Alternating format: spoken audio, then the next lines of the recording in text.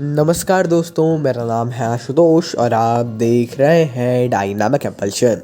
आज के इस वीडियो में हम बात करेंगे 9 मार्च 2023 के करंट अफेयर्स की और ज्ञान को कभी भी छोड़े, इसलिए वीडियो को अंत तक अवश्य देखिएगा। होप करता हूँ होली अच्छे से मनाई होगी। रेगुलर अब स्टार्ट करते हैं अपन। चलिए, सबसे पहली जानकारी।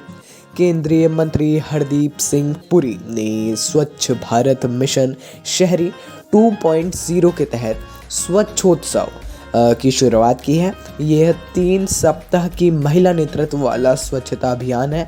इसमें अलग अलग शहरों में स्वच्छ भारत अभियान के लिए महिला नेतृत्व रहेगा। जो महिला है उनको लेकर यह अभियान रहने वाला है ना। महिला दिवस आप सभी लोग जानते हैं, 8 अभी हमने कल मनाया है।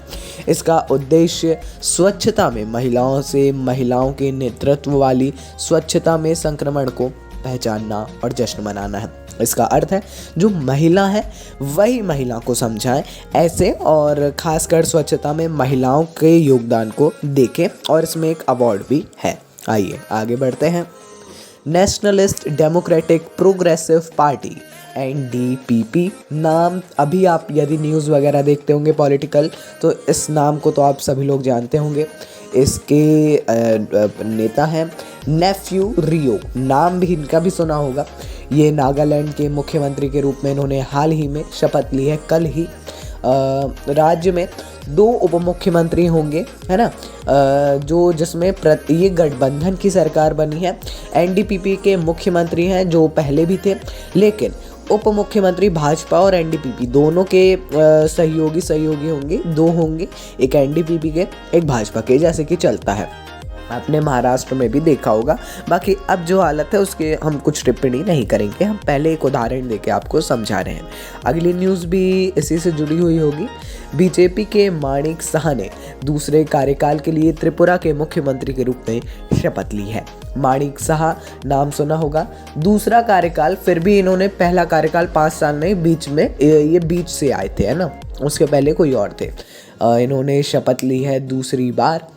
ये 60 सदस्यीय विधानसभा वाले त्रिपुरा में मंत्रिपरिषद की संख्या 12 है। 3 मंत्री पद खाली हैं। कुल मिलाकर भाजपा के 8 और उसके सहयोगी IPFT के 1 मंत्री को मंत्रिमंडल में शामिल किया गया।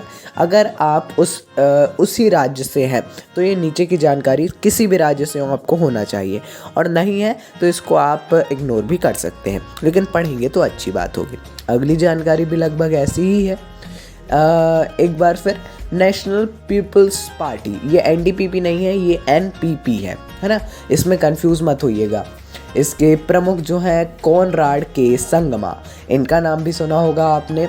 मतलब ये राज्यों के जो चुनाव हुए 3, है ना, उसके बारे में है। इन्होंने मेघालय के मुख्यमंत्री के रूप में लगातार दूसरे कार्यकाल, इन्होंने भी कार्यकाल के लिए गठबंधन सरकार का नेतृत्व करने के लिए शपथ ली। यहाँ पर भी गठबंधन सरकार है और यहाँ पर भी 2 उप मुख्यमंत्री हैं जिन्होंने शपथ ली है। ऐसे आप समझ सकते हैं कि गठबंधन की जो सरकार होती है उसमें अधिकतर 2 उप मुख्यमंत्री रखे जाते हैं। मुख्यमंत्री ऑब्वियसली एक ही रहते हैं, लेकिन उप मुख्यमंत्री 2 रखे जाते हैं। और अगर राज्य बड़ा हो, ज़रूरी नहीं केवल इसी में राज्य बड़ा हो तो भी हो सकते हैं। आइए आगे बढ़ते हैं। छत्तीसगढ़ के मुख्यमंत्री भूपेश बघेल ने राज्य विधानसभा में अगले वित्तीय वर्ष के लिए बजट पेश किया।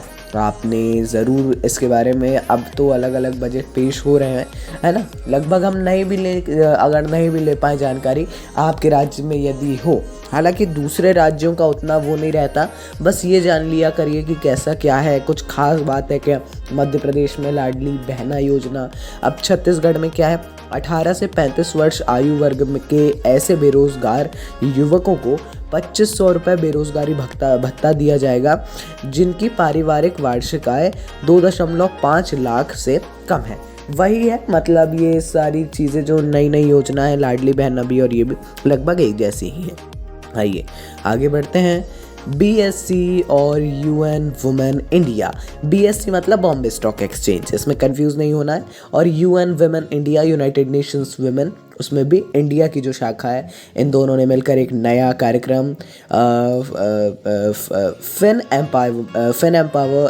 एम्पावर, माफ़ कीजिएगा, है ना। फिन का अर्थ यहाँ पर फाइनेंस है, एम्पावर मतलब आप सभी लोग जानते हैं, इसको लॉन्च किया है। यह वित्तीय सुरक्षा के प्रति महिलाओं को सशक्त बनाने के लिए BSE और संयुक्त राष्ट्र महिला के बीच 1 साल का संयुक्त क्षमता निर्माण कार्यक्रम है। अच्छी बात है, इम्पॉर्टेंट क्वेश्चन है, पढ़िएगा इसके बारे में थोड़ा सा। महिला दिवस से और बहुत सी चीज़ें हुई हैं, है ना, नए नए नवाचार हुए हैं, उनके बारे में हम आपको जानकारी दे रहे हैं। आइए अगली जानकारी।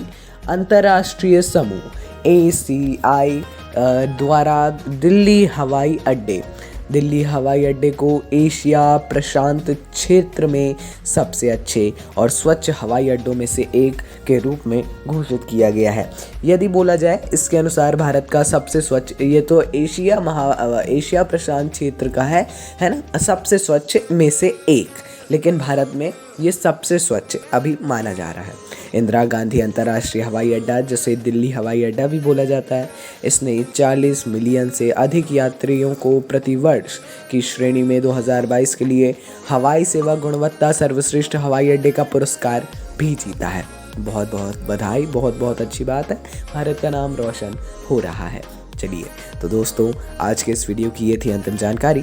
कुछ भी कंफ्यूजन हो आपको किसी भी टॉपिक से रिलेटेड, कमेंट में पूछिएगा। अपन मिलते हैं अगले वीडियो में। नमस्कार। Dynamic impulsion.